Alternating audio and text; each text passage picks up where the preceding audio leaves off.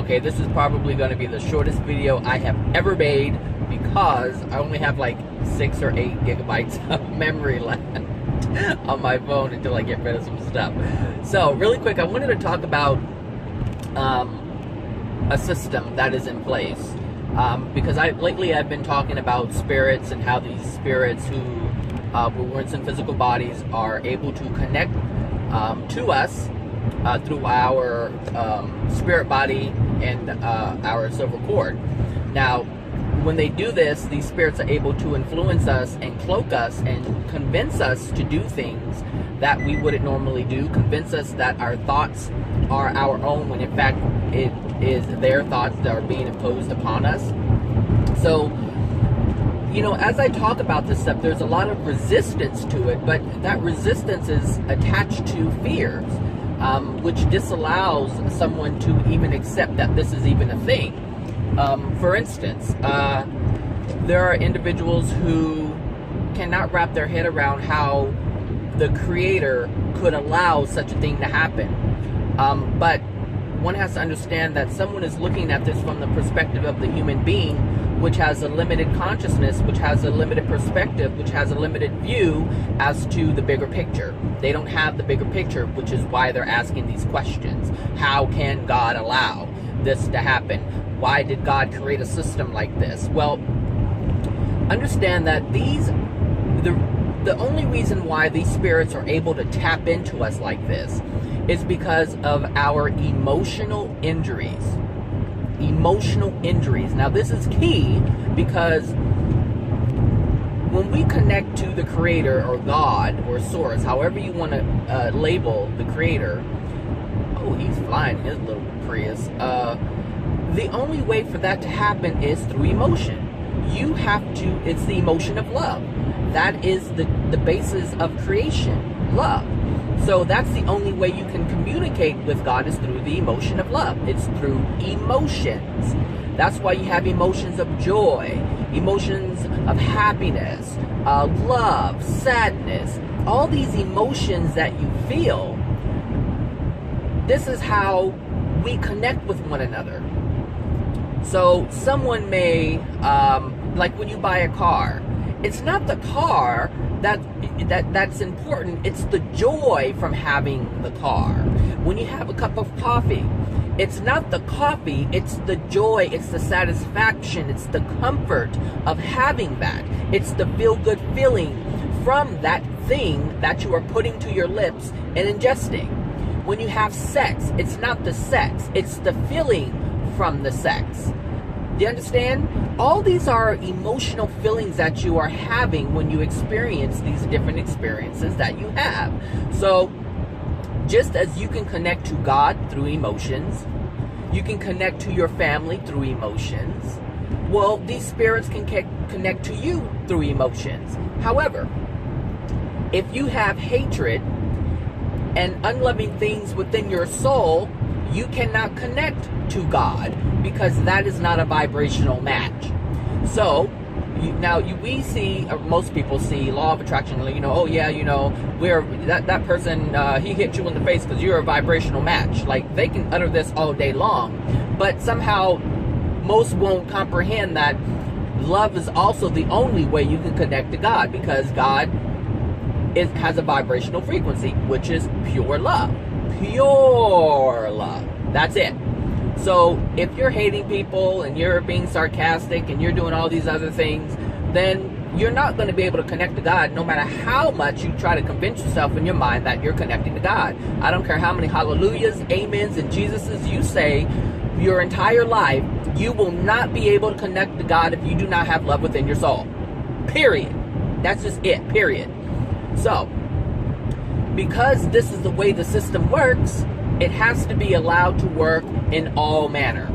So, if you have to have love to connect with God, then these spirits have to have a vibrational frequency that's matching to yours in order to connect with you. So a loving entity or spirit cannot connect with you because you're not a vibrational match. Now, we, us, are the dictators in terms of what our vibrational match is. So If we refuse to forgive, if we refuse to understand and have compassion and love for another, how can we possibly connect to the Creator that is all of those things? Do you understand? So the people who refuse to believe that there's a Creator, first of all, in an unconscious manner, they already know they're not a vibrational match, and they feel that they're so far from it that they can't even connect to it, and they don't know how. And the reason why they don't know how is because they're so far removed from that vibration. So it's not that how could God create a system where these spirits can attack us. The question is, how can you maintain a vibrational frequency that would allow these spirits to come in and attach to you and attack you? That's the question. So there's no accountability. There has to be some kind of self-accountability with this. And this is what people lack. They don't lack the accountability. They want to blame everybody else. They say, see what you made me do? See, why did God allow this to happen? It's always blaming of someone else. But the system is set up so you can connect with God. The only thing is, you've decided not to connect to that not to be that frequency in order to connect with God or connect with experiences that are opposite of those that are darker. This is your choice. This is our choice. We're choosing to do this. There are people on this planet who don't even have the kind of experience that most of us do. There are people who live out in the woods, in the country, and they're fine. They are fine. They don't have any interactions. However, on the flip side of that, there may be some emotional things that they experience during their childhood. And because they're not interacting with people, they're not allowing themselves to see this. So it's easy to suppress it. It's easy to walk out into the woods and see the lake and see this and see butterflies and rainbows. And they don't have to think about their childhood because they're being, what word am I using? Not tricking, but they're able to mask the true emotional injuries that they actually got from when they were a child. You know, there's a reason why people want to be by themselves. There's a reason why people want to be alone and don't want to interact, because when they interact with people, all sorts of shit starts popping off. You know what I'm saying? So I know someone who just wants to stay in the house, because they don't want to be bothered with people. But there's a reason why, because when they're bothered, what they call bothered with people, they start having these emotional responses, and this is what they don't want to have. So, you know, BMW, you're doing, oh yeah, you're doing too much, BMW. I don't know what you're doing, but you need to do it quickly. Jesus Christ. So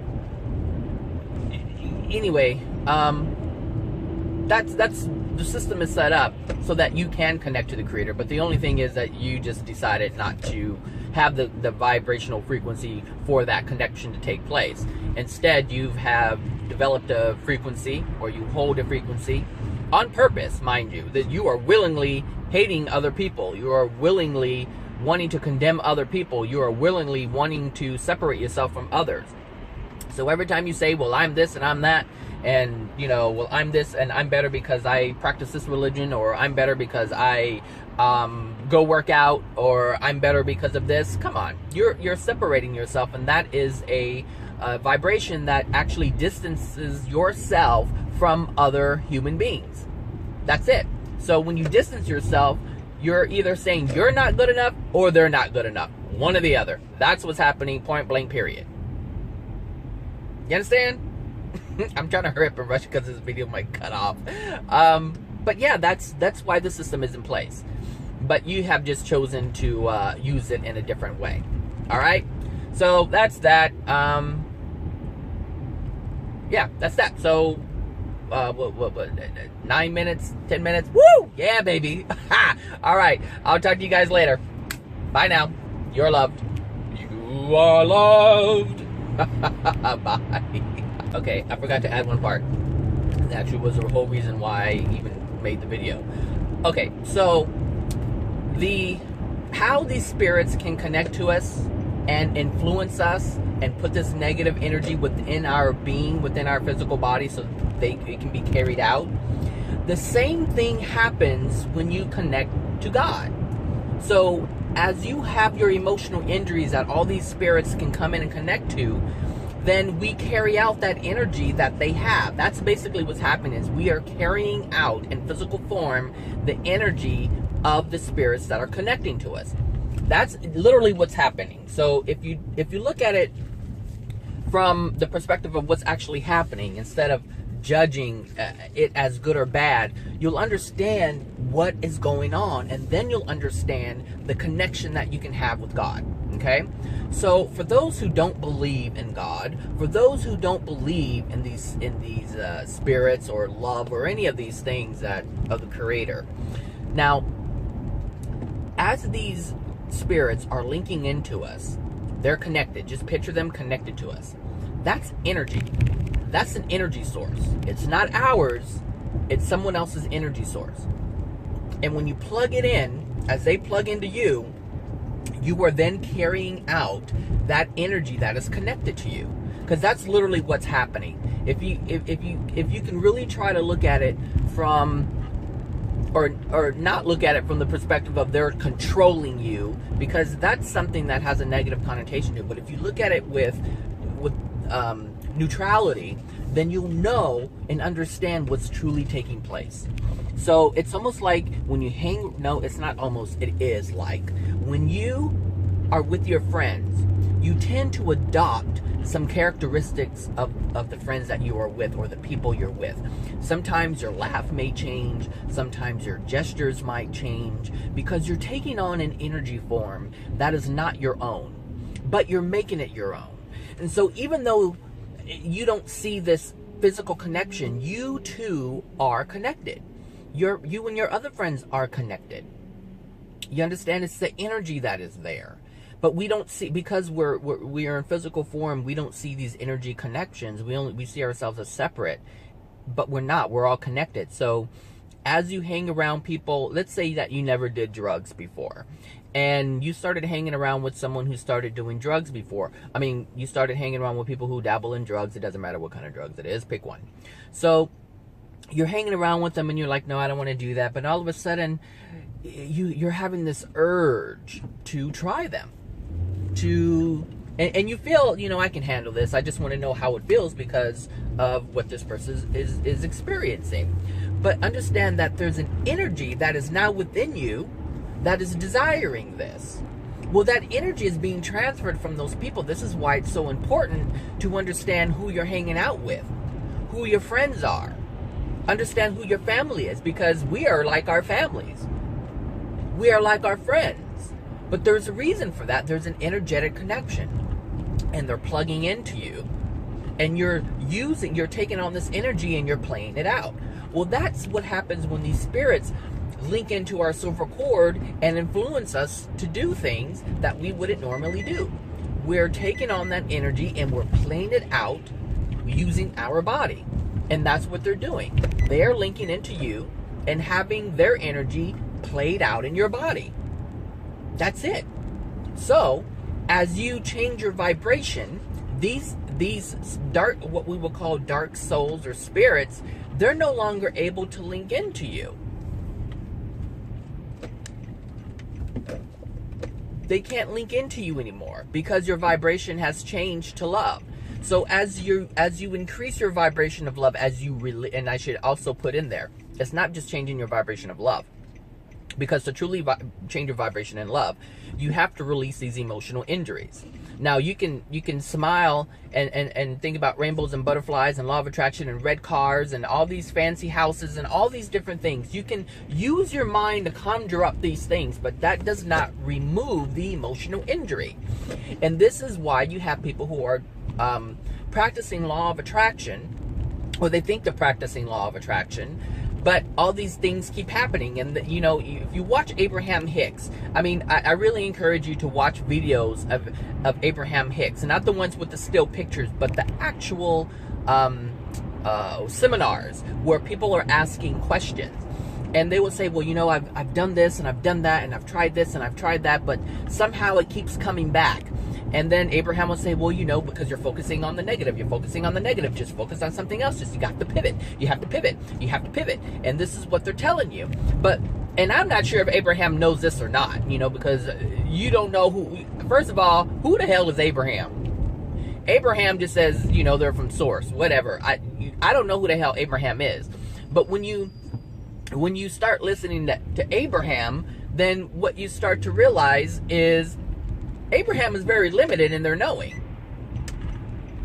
Abraham doesn't know too much, because Abraham keeps telling people the same thing, and they keep doing the same thing, and they're coming back with the same questions. Nothing is changing, because there's a component that is missing, and it's the component that I'm talking about. So as these people are practicing law of attraction, I knew this video was stop it, Zachary. I knew this video was good. It was too good to be true at 9 minutes and 20 seconds.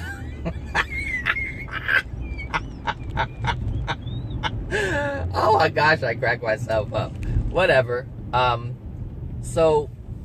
So they're practicing this law of attraction, right? And they're like, okay, I'm thinking about happy thoughts, and I'm not gonna think about my wife who keeps bothering me, that stupid bitch. She's a good person. She's a good person. I'm just gonna look at the good in her. But this stuff keeps coming up. Well, that's because the emotional injuries are still there. And so these spirits can come in, tap into that emotional injury of whatever you have with your wife, and it could even be with your mother. And this is why you've attracted the kind of wife that you have. So, all this stuff starts from childhood. So 9 times out of 10, this stuff is coming from your parents anyway. So in the situation I'm talking about, if you're the male and you have issues with your wife and you're trying to be positive, but she's always negative, understand that she's like that, and you're still with her because there's a vibrational match. But you're trying to ignore the situation by picturing rainbows and butterflies in your head.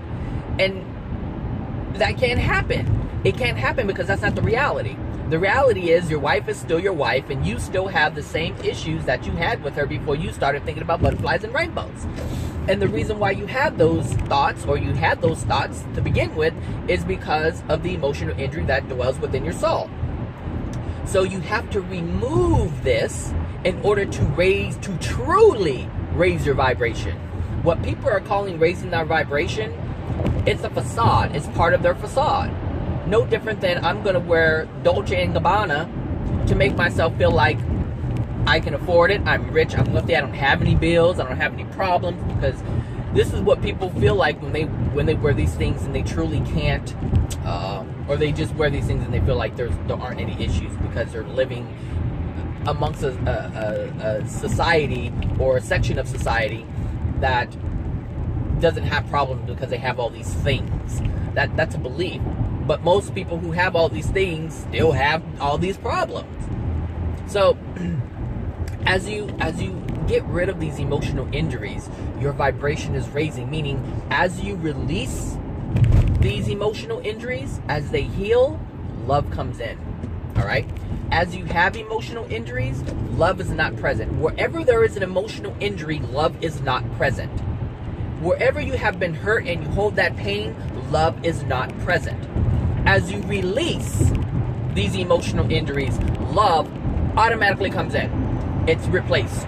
It's replaced because as you release, what you're doing is you're forgiving, you're having understanding, and you're having compassion for the other person. You have really let it go. You don't hold them in bondage anymore, therefore you're not held in bondage anymore. All right? So as you hold them in hate, that means that hate is within you. As you release that hate, the hate is released. But something has to take its place. Nothing is ever an empty space. Everything that exists has to be filled with something.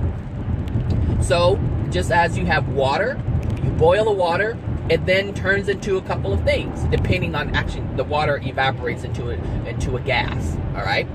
However, some of the things that are in water are not going to turn into a gas, like the lime and the calcium and all these heavy metals and buildups, mineral buildups. They stay, but they change form.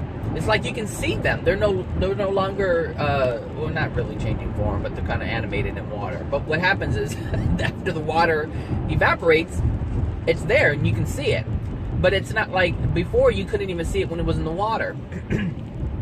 So everything changes. Even when we die, we decompose and we turn into what people call the earth again. It's the same thing. It's the same thing. We just transform our energy to something else. And so that which dwells in your soul, once you release that which is unloving, the loving thing automatically comes in. And as you do this, now you're able to connect to God. And actually not just connect to God, because we're always connected to God, but I'm talking about the love that comes from God.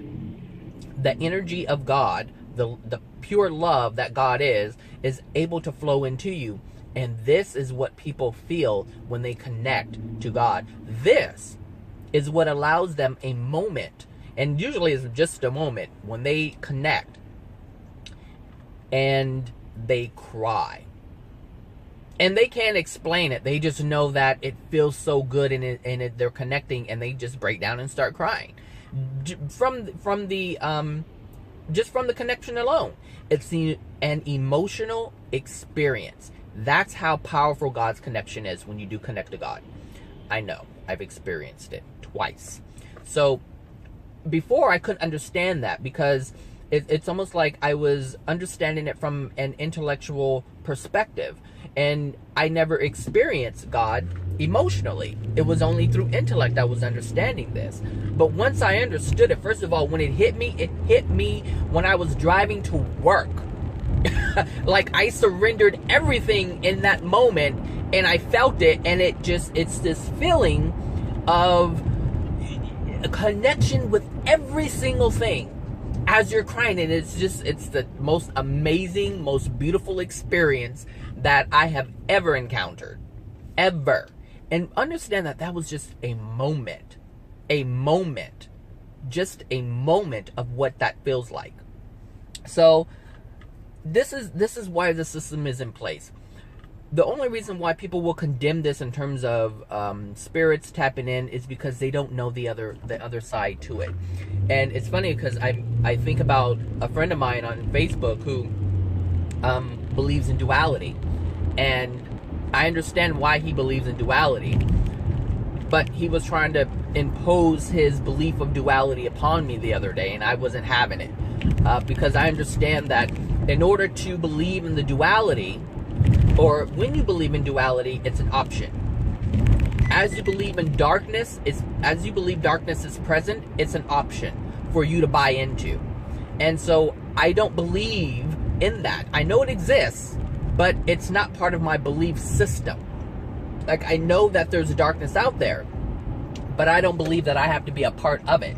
And so sometimes when you're aware of things, you live your life through this awareness. And so I'm very careful as to what I buy into. You understand? It's not an option. It's just not an option. So therefore I can get sucked into it.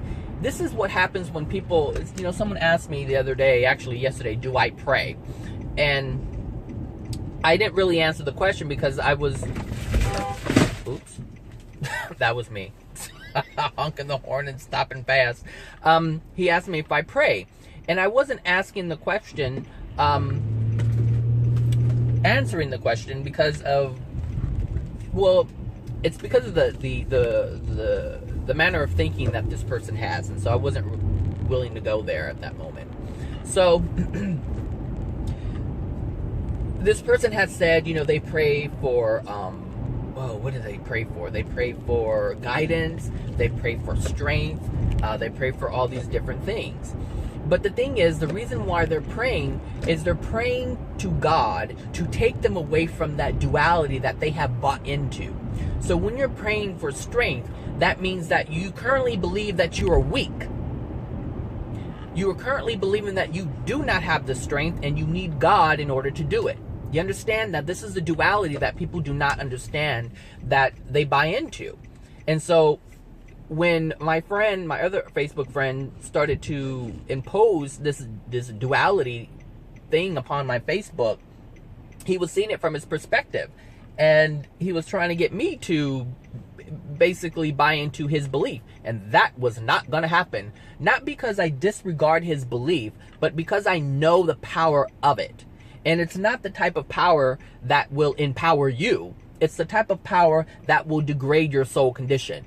You understand? But he didn't understand that. And so, because he didn't understand that, he got offended when I asked him, because he actually said what I was saying was wrong, and there's a duality in the brain, there's two halves of the brain, and the good and the bad, and all this, the dark and the light. And this is the problem with all of this stuff, is people who believe in this buy into it, and it's an option. And this is why they have all these messed up problems. All right, duality. There's good and bad. There's evil out there, and there's good out there.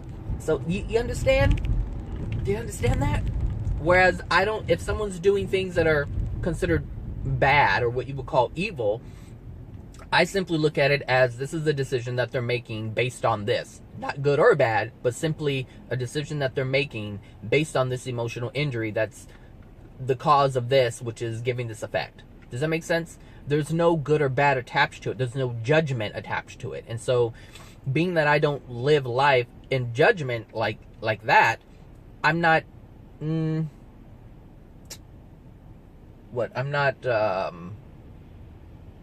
what word am I looking for? Ugh, I didn't have any coffee this whole trip.